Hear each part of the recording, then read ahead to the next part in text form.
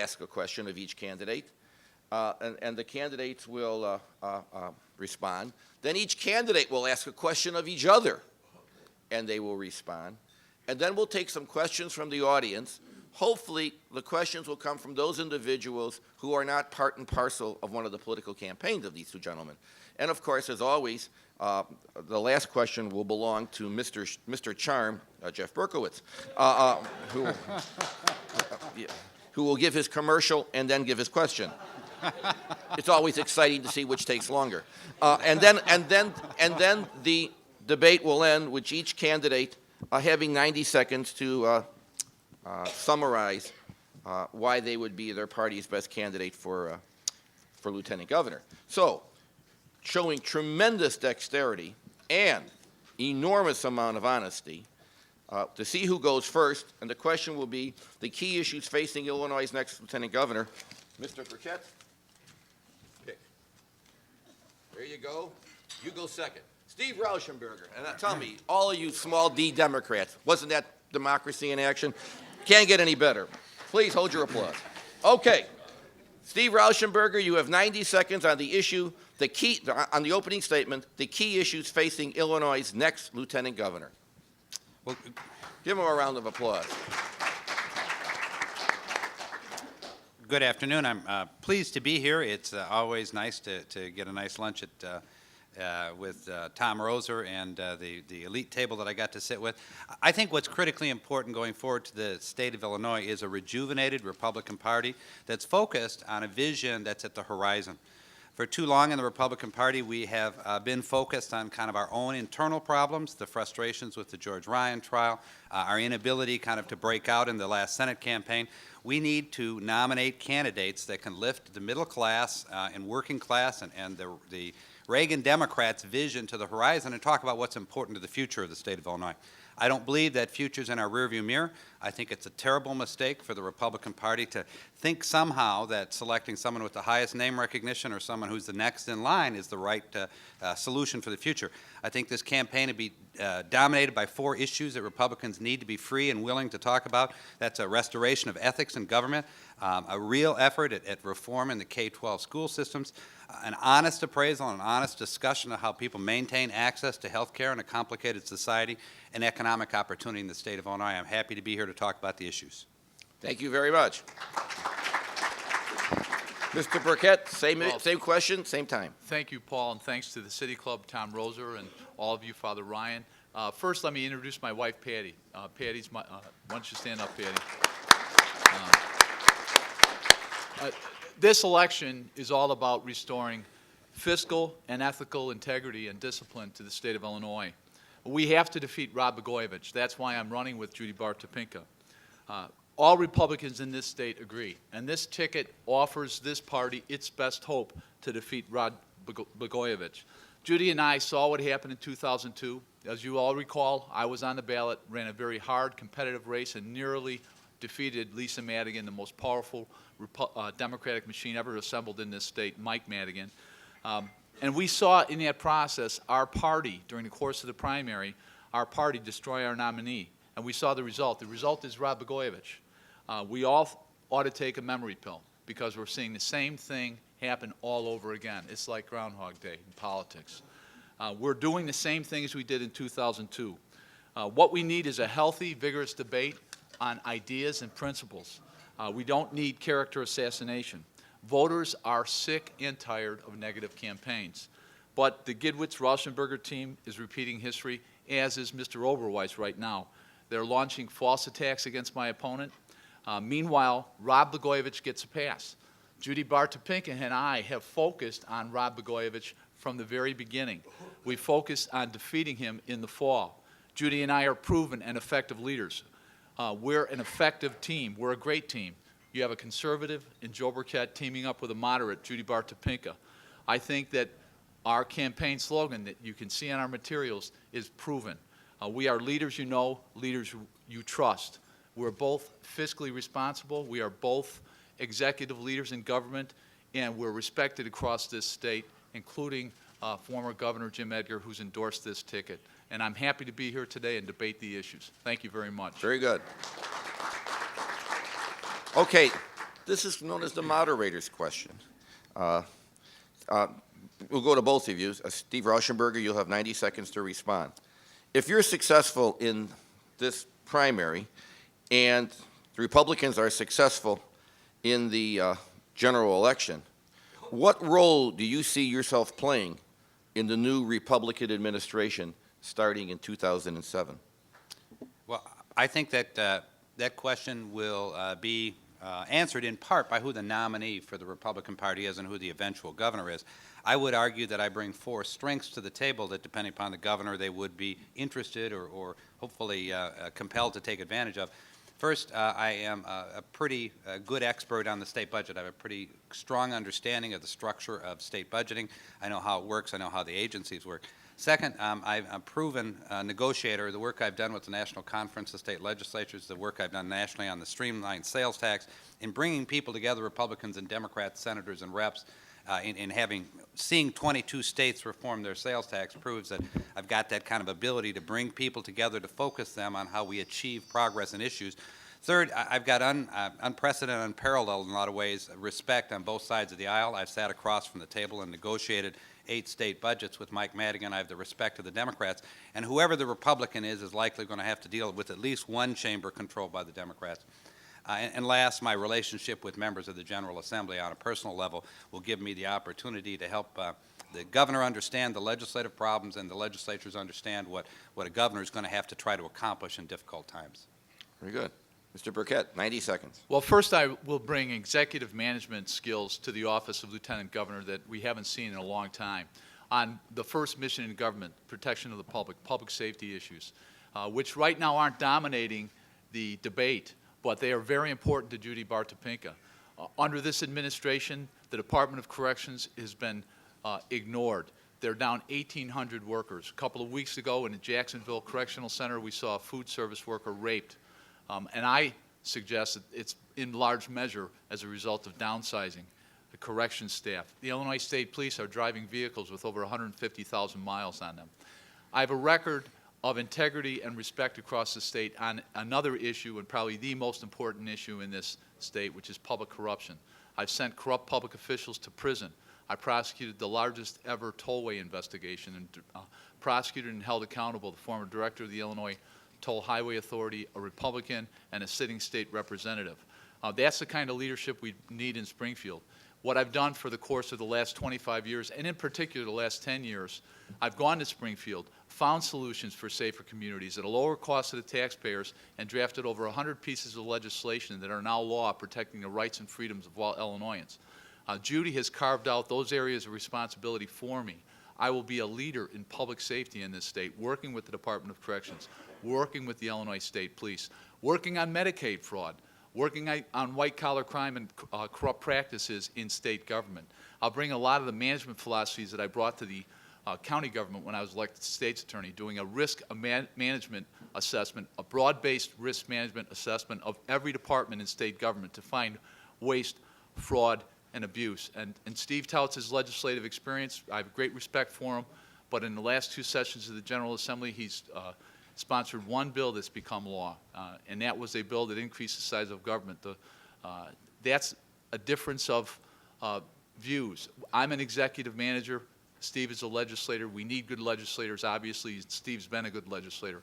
But I bring executive management skills, and I have found solutions for safer communities. This governor has done nothing about public safety. In fact, he raided our DNA fund, a bill that I wrote and got passed to expand the DNA database in the state of Illinois to take rapists and murderers off the street. He just doesn't get it. This administration will. Thank you. Now, we go to, moving right along, aren't we?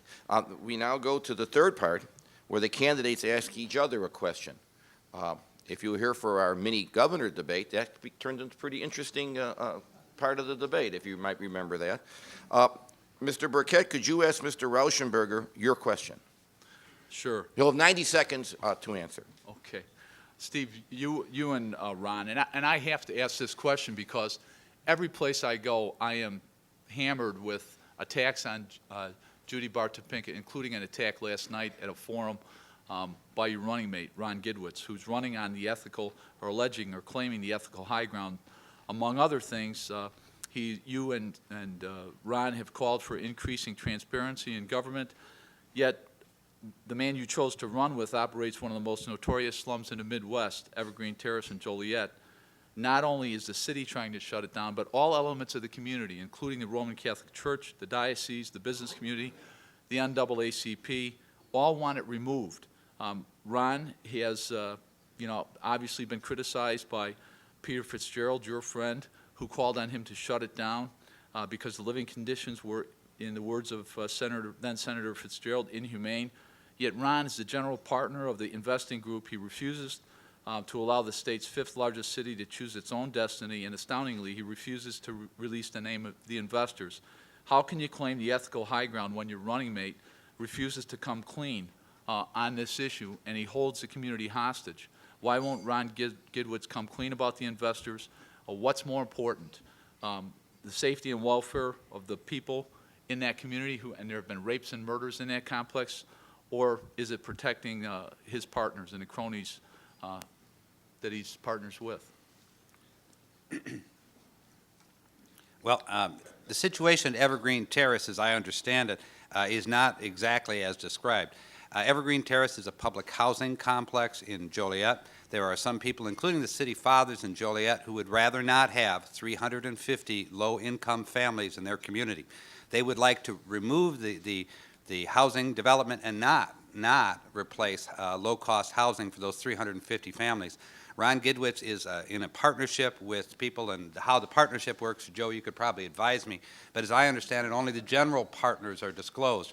Ron Gidwitz and his partners have, I think, for more than 5 years, offered a renovation and a restoration plan. The city fathers of Joliet have consistently blocked them in court because the goal is to rid themselves of those kind of families that they're not comfortable having in their community.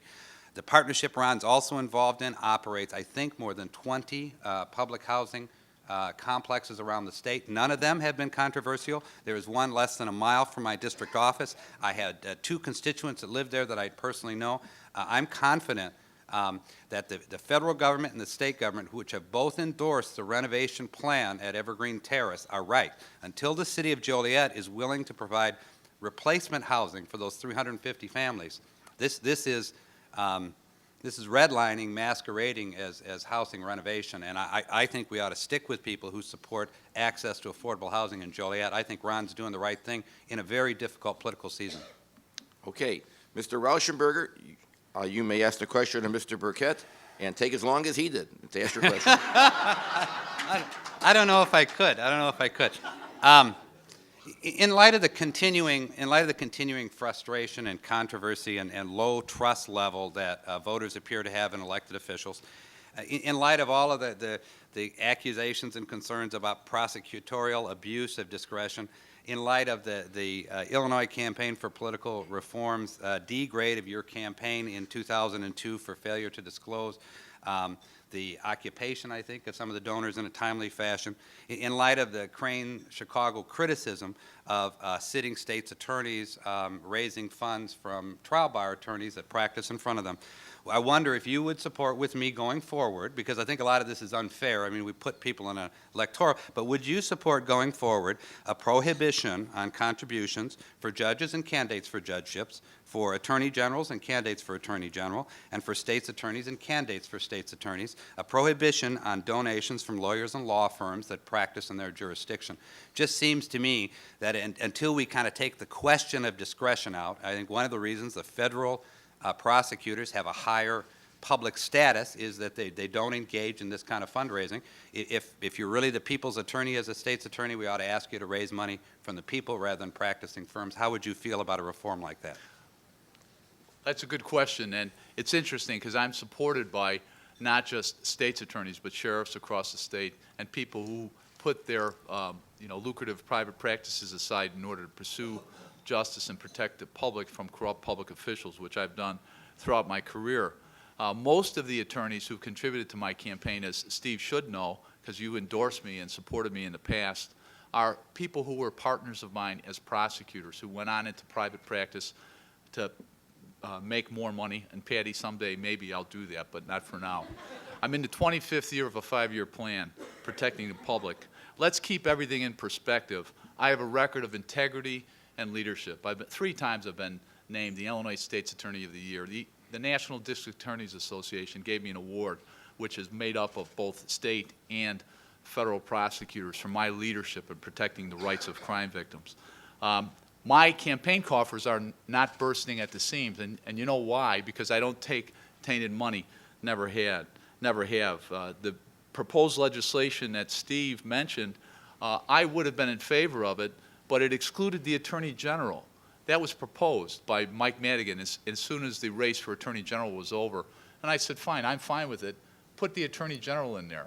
Bar the Attorney General candidates from raising funds, or the sitting Attorney General from raising funds. And suddenly, it went to rules, Steve. That bill got killed. So we need a level playing field for everybody. Judy and I are strongly in favor of firm ethics legislation, campaign finance reform. But let's face it, you know, we can't take a pledge that we won't raise money in the first 2 years of our campaign because we're not millionaires. And believe me, people have offered to write me big checks, but I won't take them because I'm in this for integrity and for protection of the public. The only people who are flocking to me are friends and colleagues who have worked with me and against me in the courtrooms, who know my reputation for skill, my reputation for integrity. It's the opposite. You know, when I go after corrupt public officials or go like the Tollway investigation, you know, some people praise me, some people criticize me. I do my job, which is what I will always do. I am in favor of campaign finance reform as long as it's fair to everyone. If it's fair to everybody, fine. Okay. Now, to the often very exciting question and answer period. All we ask you to do is to do 2 things. 1, state your name, and then affirm that you're not part of either of these gentlemen's or anybody else's campaign, because the City Club, led by Chairman Roser, never believes in sandbagging unless it is done by Mr. Roser or Mr. Green. Then it's allowed. We don't follow any of these other ethics at the City Club. That's basically our motto. So, sir, you're the first question. We have to alternate questions, 1 for each candidate. Your question will go to? Well, actually, Joe, I guess we'll. Okay, we'll start off with Mr. I'd really like both Burkett. of them to answer it. When you hear the question, you'll understand. Okay, so I'm state your Morgan name. Carter. I'm not here to sandbag anybody. I'm from Omnibus Television and Chicago Communicator. In a conversation I had with Michael Scott, the president of the 3rd largest school system in the country, he spoke a lot about the fact that the Teachers Fund, the Chicago Teachers Fund, was unfairly treated by the state, and is required to have 90% liquidity. So I'd like really Joe or both of them respond to rating the pension funds in lieu of a tax increase, and also Blagojevich's effort at this early education proposal. How will we fund it if it is going to be in effect, the early education? Joe, you have 90 seconds. Well, I think this is an area where we probably, all of the Republican candidates agree that rating the pension funds to balance the budget is a horrible idea. And, you know, the governor, he comes up with good sound bites. He has nice press conferences. He looks good. But that's about it. That's all you've seen. We can't be spending more money when we don't have any money. We can't be trying to expand pre-K education when we have a budget deficit every year, and when we've just raided the state pension systems of about $5 billion during the course of this governor's administration. I think it's despicable. It's one of the first and most important problems that we have to address. Whoever is elected, and hopefully it's going to be a Republican, I believe it'll be Judy Bartopinka and Joe Burkett. Judy is a fiscal conservative. She has said it repeatedly during the course of this campaign. We have to address the pension crisis in this state. For every dollar that he's rated, it's $11 that we're going to have to pay back. He's mortgaged the future of all of our children. Every child born in Illinois has a price on his or her head when she's born or when he's born. Thousands of dollars in debt. That has to be resolved. But rating the pension system is absolutely despicable. It's a practice that must end. and I know Steve agrees with me. We have to get our fiscal house in order. We have to look at the entire budget. We've got to cut waste, fraud, and abuse. Those programs that do not directly affect the health, safety, and welfare of the citizens of Illinois, we have to put them on a back burner and perform the first mission of government first, protection of the public, education. Those issues have to be addressed first and foremost, and then we can move on to, laudable objectives, but things that we simply can't pay for now. Mr. Rauschenberger, you have 90 seconds to respond. Well, I agree with Joe on the state pension. It is no harm to the Chicago Teachers Pension Fund, which was statutorily separated from the teachers' retirement system, that they require 90% funding. That's actually a good thing for both the school district and the teachers. Essentially, there was a decision made about 30 years ago to separate the system. They were allowed to levy in the city of Chicago a property tax to pay for the Chicago Teachers Pension System, where the state's system is funded by general revenue appropriations from the General Assembly. And to guarantee that that property tax money went to the pension, they inserted the 90% funding guarantee, which is appropriate for public pensions. So actually, the first-class citizens are the Chicago teachers. The second-class citizens are the rest of the teachers in the state who don't benefit from a 90% asset guarantee. So I would argue it really advantages both the school district because they don't end up using pension funds to create permanent programs they can't long-term sustain, and the teachers because there's a modicum of political or financial stability in their pension fund. Question for Mr. Rauschenberger. Yes, Dave Dearson, a member of the City Club and with the GOP USA website. This is not a sandbag question, it's a softball question for Steve. Recently, a day or two ago, the Illinois Senate passed a bill 51-0, I understand. I presume you were one who voted for it, that imposed new ethical standards in Illinois. I was a co-sponsor. Great. And the Tribune reported that it would specifically prohibit what Mr. Schillander has been doing. I'd appreciate it if you'd comment on that bill. Well, many of us have watched in kind of frustration as business as usual was set aside by the new governor's administration, and we saw kind of uber business as usual, where we saw new breakthroughs in ways of influencing government and new ways of enriching yourself at the public purse. Apparently, lunches are now worth $639,000 at a crack, introductions as much as $1 million, particularly involving the investment and the movement of pension funds in the state of Illinois. The statute we passed precludes the kind of commissions that were granted to Bob Schillander and others in acting as agents for investment firms in dealing with public pensions. It's one of the reforms closing another loophole. As bright as we are in the legislature, every time we kind of erect a new ethical wall, those who are less than ethical figure out a way to scale it. So it's another thumb in the dam that really only is answered long-term by restoring ethical people to government. Okay. Judith, a question for Mr. Burkett. Yes, I'm Judith Reese. I'm a member of the City Club and a former trustee of the University of Illinois.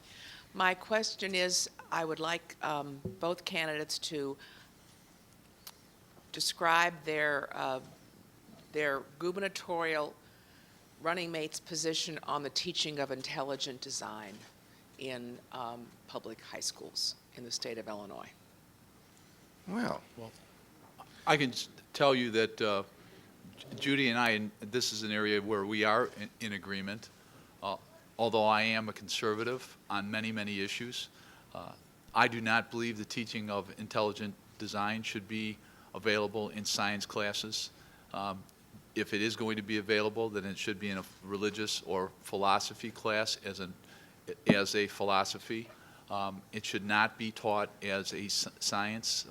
That's Judy's position. Quite frankly, I agree with her. I think also that, and I believe in local control of curriculum with oversight and proper oversight by the state so that we don't create unnecessary litigation, lawsuits over First Amendment rights and freedoms and separation of church and state.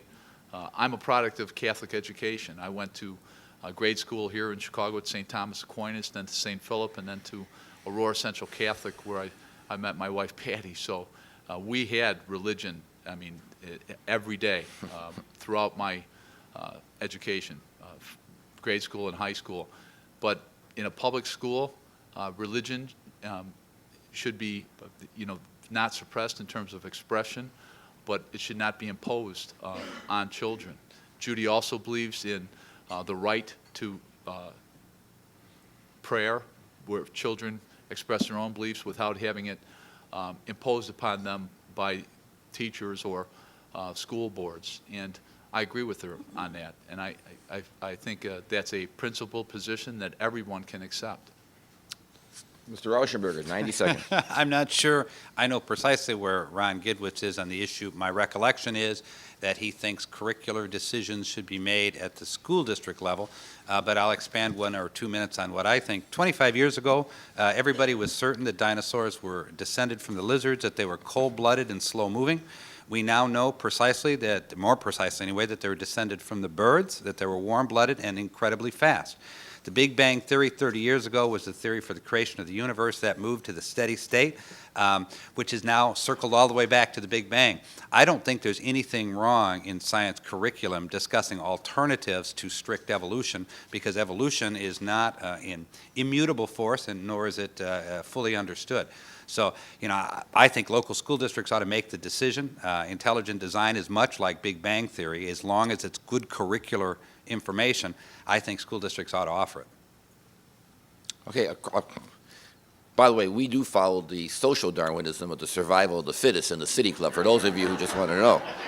Well, then you've got a lot to explain, Paul, because we it's used not evident. We used to have a lot more members, but they've been gobbled up. Just can't cut it, you're gone. Question for Mr. Rauschenberger. State your name. That's it. My name Especially is Mark McGuire. I'm not a baseball player. I enjoyed both your performances on Mr. Roser's talk show on WLS. My question for you, Mr. Rauschenberger, you have, I think, taken a position on Governor Blagojevich's so-called stem cell research program. Number one, do you agree with the constitutionality of his purported legislation, executive order, whatever it is? Number two, what are you prepared to do to fight it and sue it and strike it as unconstitutional? Namely, will you testify that you did not know about this so-called legislation, and you don't know anybody in the legislature that did know what scientific research was? A couple quick things so people have a little background. Last year in the state budget, the governor, as they have been wont to do the last couple of years, delivered the final budget document to members of the Senate, myself included, about 2 hours before final passage. We found out later that he had left some discretionary money in the Department of Public Health, which he then later decided was going to be invested in embryonic stem cell research, even though a bill to establish embryonic stem cell research was introduced into the Senate and defeated. He chose to do it by executive discretion. To the best of my knowledge, he did not violate the Constitution nor the statutes. It's permitted because it wasn't prohibited. He has, in his state budget speech, talked about renewing that commitment, actually expanding it. Most of the senators I know are opposed to that. We're not necessarily opposed to stem cell research, but embryonic stem cell research. The creation of human life for its exploitation is not something we believe that you should use public money for, particularly without consensus. Most of us are working pretty hard to make sure that the Democrats don't hide it this time and that we have an up and down vote on the Senate floor, which I think will stop the practice. I'd be happy to testify if there was grounds for court action. I just don't know that there are any. Well, I think that... You're not running. Mr. Burkett, 90 seconds. I don't know if there's been a request for the Illinois Attorney General to look into it, but that issue as to whether or not money should be spent on embryonic stem cell research on a moral ground, I agree with Steve. And the General Assembly voted twice against it, twice. And the Attorney General should have been asked to look for a way to stop it. And again, it's this governor's style of governing. He does what he thinks is popular, despite the harm that it may cause, despite the moral implications. If it looks like it's going to be a good soundbite for him, a good headlines, and despite the fact that we need those millions of dollars elsewhere, instead of on unpromising research right now, let the private sector conduct the research with their own money, not our tax dollars. I would ask if I were in a position, I would ask the Attorney General to research the issue as to whether or not there could be a court action to block it, and that's what should happen. Thank you. Thank you. Ma'am, a question for Mr. Burkett.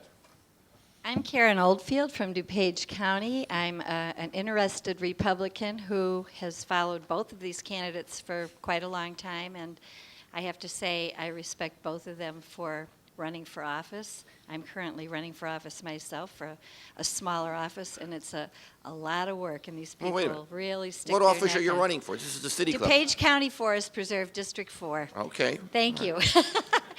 I would like to ask Joe, and Steve might want to respond to it as well. You touched on the negative campaigning a little bit. So far, you haven't responded in any way to the negative campaigning. Are you intending to? What's going to happen, or why not? Well, one of the things that I am known for is running a principled campaign on ideas and on the issues. And as best we can, I'm going to try to live by the Reagan 11th commandment, thou shalt not speak ill of fellow Republicans, and try to keep the campaign debate on the issues and our ideas on where we intend to take our party, and not attacking fellow Republicans. That being said, I am a boxer. I was a boxer. I'm a good counterpuncher, and I will respond. And as you can see from one of the questions, we are responding on the, to the negative attacks. I think they're a bunch of malarkey. I think the fact that Jim Edgar and other highly respected Republicans have endorsed this ticket speaks more about the integrity of Judy Bart Topinka and Joe Burkett than any of the attack ads. And I would rather run a principled campaign on the issues and lose than run a negative campaign and embarrass myself or embarrass my running mate. And that's the way I am. Thank you. Steve. Well, with all due respect, I'm not sure I understand what people are talking about with negative campaigns. I had the pleasure back in 2002 to have Emil Jones and Mike Madigan finance about a $750,000 state Senate campaign to help retire me from the legislature at the time. And so I got a real taste of what negative campaigning was. I would have to argue that if you enter the race after spending the summer trying to recruit other people, if you decide not to go to most of the public appearances, and you tout the fact that you, A, have name recognition, and B, that you have 25 years of experience in government, you have introduced your public record to the debate. And so calling someone on the fact that their budget has grown, and I can certify the numbers of the growth in the budget, arguing the fact that she has supported increased state debt, including Illinois First, which was George Ryan's very large capital expansion plan, and citing her record of bills introduced in the General Assembly when she was a member, I don't know how people can be so outraged and call that negative campaigning. The fact that the insiders in Springfield are comfortable with Judy Bart Topinka does, in my opinion, does not speak to the strength of her credentials. It speaks to the comfort level of the people who brought you George Ryan and who brought you the problems in the Republican Party we've seen for the last 4 years, and their comfort level with Judy. I think Judy doth protest too much. If I were Judy, I would come out and say, my budget's doubled, and here's why, and this is what I'm doing about it. But instead, she's not, a candidate can't cry wounded and front runner at the same time. Thank Okay. you. And now to close, to bring us together, the last question will go to Mr. Rauschenberger, the always amiable Mr. Berkowitz. Jeff Berkowitz, host and producer of Public Affairs, airing every Monday night at 8:30 on Cable Channel 21 throughout the city of Chicago. This may be the only group at the City Club that would give you that round of applause. Go ahead, Mr. Berkowitz. My base. Another Just candidate's kidding, been because heard I'm from. fair and balanced, you know that. One of my bases. Got the left over there as well. Go ahead. All right. Well, this is really addressed to the two of you. You'll see why. As most people have conceded, even our august moderator, Paul Green, just a few nights ago, that unless your running mates can grab, in the general election, the conservative base, your running mates are dead meat. And so for both of you, you know that Pat O'Malley probably got about 200,000 votes in 2002 when he ran for governor. So I think your running mates have to get those votes in the general election. And I think a lot of those folks would say that both of your running mates, Judy Bart Topinka for Joe, Ron Gidwitz for Steve, are pro-abort, if not pro-gay rights, well, probably pro-gay rights for Judy, close to that for Ron. And not the most important thing O'Malley said was the difference between reformers and pro-reformers. And it's not clear those folks, in light of Joe, your running mate's refusal to call for and your refusal to call for Bob Shalander to step down, in light of her connections to Cellini, in light of her connection to Jim Edgar, who says he doesn't find this distinction Jeff, between end the reformers- question. You're longer than the debate. reformers and Oh, non-reformers wait, I important. like it. And Steve, to be fair, your running mate, Ron Gidwitz, would be viewed by many of these folks as a Johnny-come-lately to reform. He's been hobnobbing with the Dailies, hobnobbing with George Ryan, hobnobbing with Harold Washington, and given, with his wife, tons of money to all those Dems. So how do you get that conservative base? How do either of you get the conservative base to support in the general election either Ron Gidwitz or Judy Bart Topinka? Who goes first? Well, Steve, you go Okay. first, and you could take half the question, and then Joe, you could take the other half the question. Leo Tolstoy asked that one. Oh, Mr. Rauschenberg, how's this? You got 1 minute and 20 seconds. Give you 2 minutes. Give you 2 minutes. I don't think you capture the support of the conservatives in the state of Illinois until you reconnect with them on the issues they care about. The Republican Party has spent too much time contemplating its own navel and tearing itself apart over areas of disagreement. Ron Gidwitz is conservative in all the areas that are important to 85% of Illinois conservatives in the Republican Party.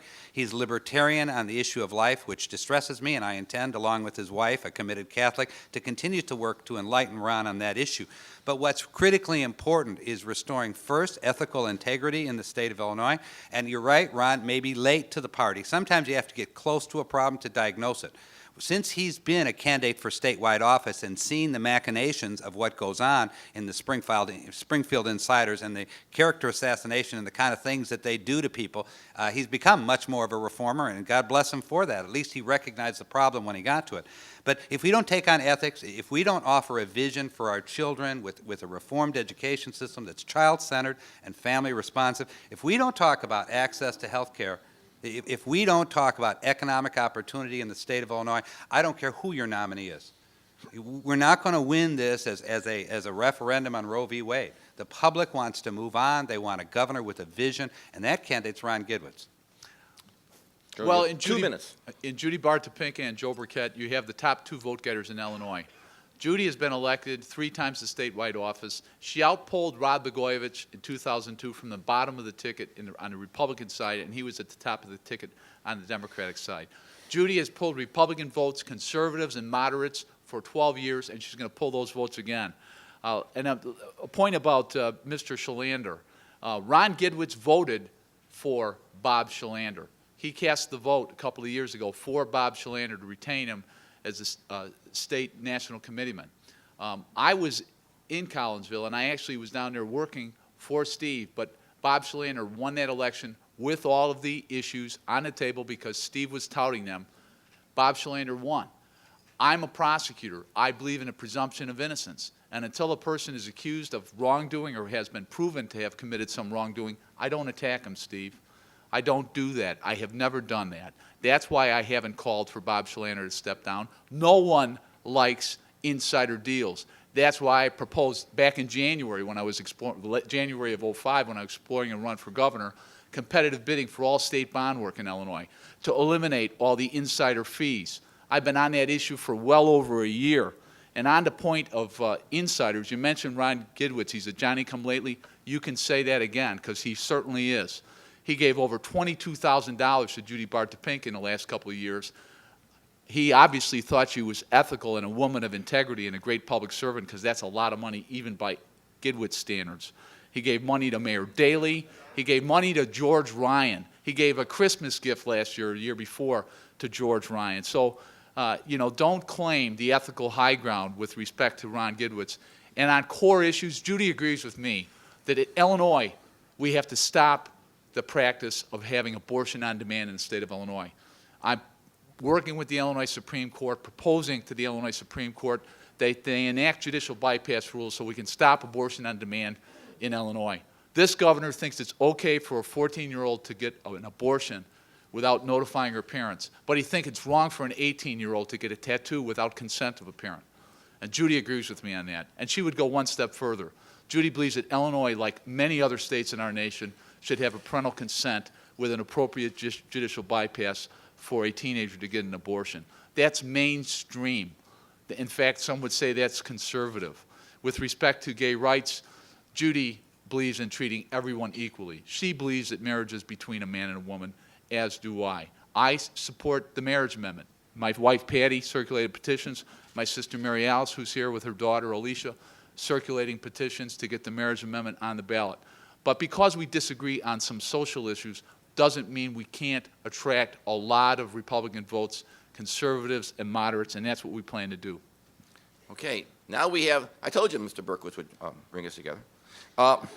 Now we have the closing comment, 90 seconds, though a lot of it has already been said, why I would be my party's best candidate for lieutenant governor in November.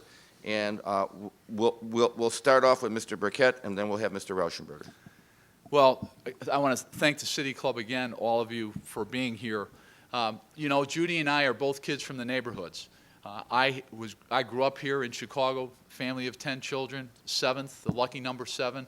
Grew up in humble beginnings just like Judy, 2 kids from the neighborhood. I want to elevate the lieutenant governor's office. We have been in this state, our family, for generations. We were here before Illinois was a state. We love this state. We want to have opportunities, Patty and I, for our children and for our grandchildren. We don't want to have to get on a plane and fly to some other state to visit our kids. I want to take the lieutenant governor's office to a new level. My strengths complement Judy's.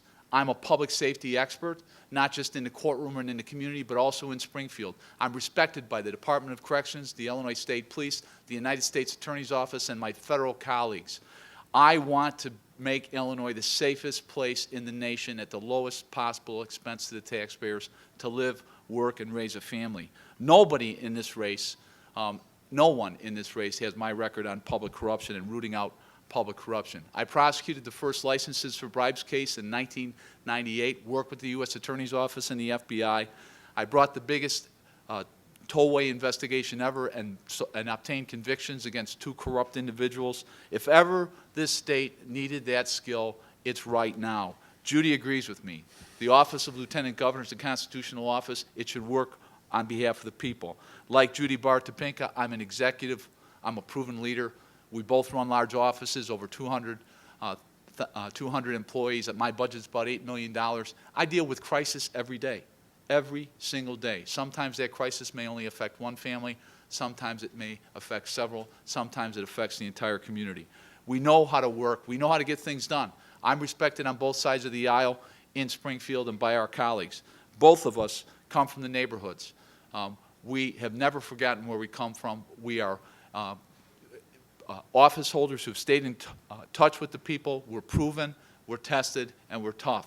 And most importantly, no one handed us anything in life. We've worked for everything that we've achieved, and I want a life for my children and the benefits and the opportunities for my kids that all of us want. We share lifelong love for Illinois, and we want the reputation of this state back. We want this state to be known as the land of Lincoln and Reagan and not the land of pay-to-play. Thanks for having us here today. Very good.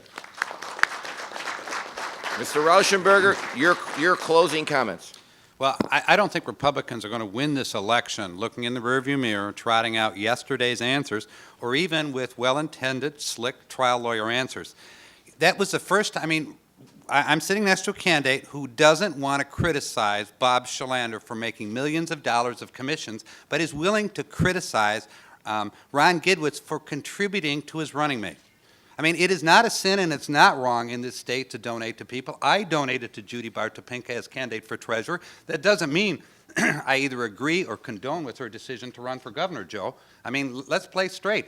We have got to have candidates that play straight with the public. Cute answers aren't going to win this election. What we need is candidates with vision that can lift people's perspective and talk about the future. It's not about us. It's not even about you people in the room. You're political activists. You're likely to vote. What's wrong is 1 in 3 voters don't even trust the system enough to vote.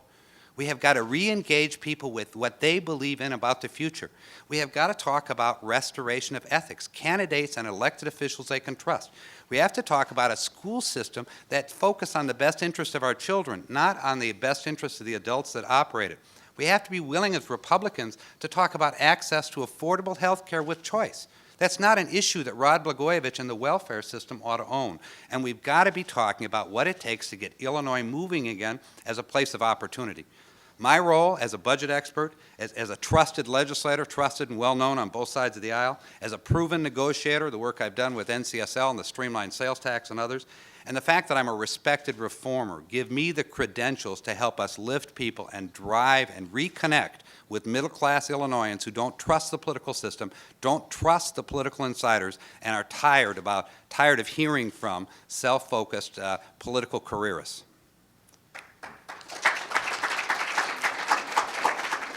That concludes the debate, and the commentator, who never gets involved, would only say this. Just think back 2 years ago who was running for statewide office as a Illinois Republican. Now you have this. Shows you the Republican Party is coming back, whether you're a Democrat or a Republican. It's just very nice to hear it. So, 2 months.